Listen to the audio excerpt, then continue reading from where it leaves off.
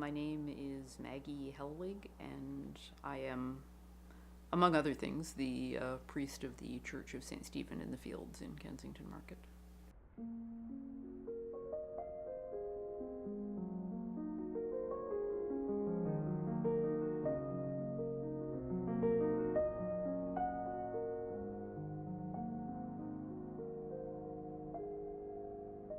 The family I grew up in was not a religious family. Both my parents had United Church backgrounds in a very vague, general, long ago sort of way, but we didn't practice any particular religion. My mother I would identify as an atheist, as would my sister. My father is the kind of agnostic who's fascinated by religion as a kind of a field of study. We didn't go to church. Once I think we went, and I found it extraordinarily boring. We went to London for a year when I was 7, when my father was on sabbatical, and went to a progressive church school in South London, which I loved.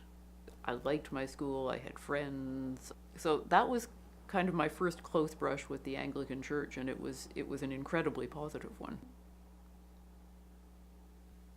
I think when I may have been 10 or 11 when my father gave me a King James Bible and said, if you want to be a writer, you need to read this. All of it. More than once. So I did. I spent the summer reading the entire King James Bible. Continued to do a lot of reading the Gospels in particular. Quite a lot. Reading a lot of John Donne, a lot of T.S. Eliot. I often say that it was John Donne who made me a Christian. And this is just accident. I wandered into a high Anglican church and heard the language of the Book of Common Prayer and thought, that's Eliot. That's what Eliot's using. So again, there was this sort of connection, familiarity. You know, this is home. This is T.S. Eliot. And so that was kind of that. I was baptized shortly after my 20th birthday.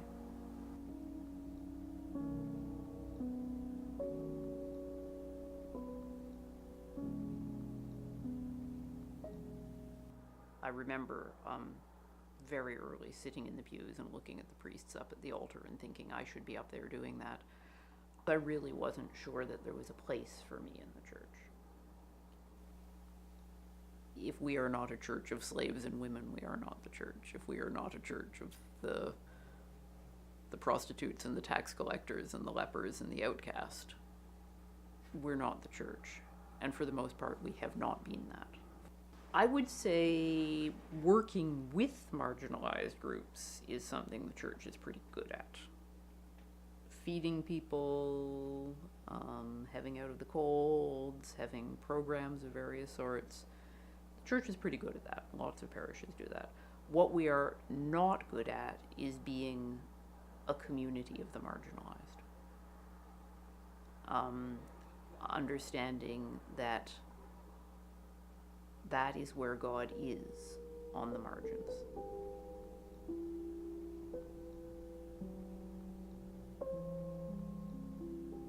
Yeah, I mean, the church has done tremendous damage to many groups of people.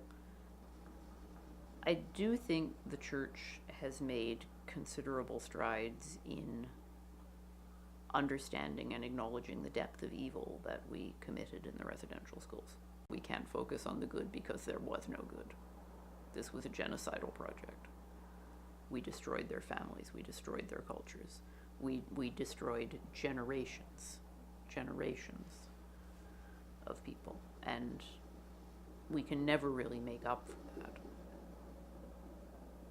It's far too awful ever to make up for. But we can try to walk together and to trying to listen to the people we've hurt and receive their stories and be changed by those stories.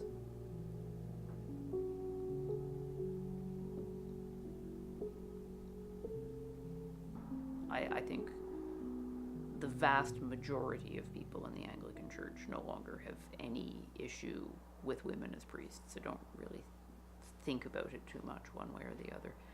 There are some people who still can't quite process it. There are a lot of people who, when they see me in my collar, assume I'm a nun, because woman in a collar they can't read as priest, so they read it as nun. I've occasionally had people, come into the church and insist that no, I couldn't possibly be the priest of the church.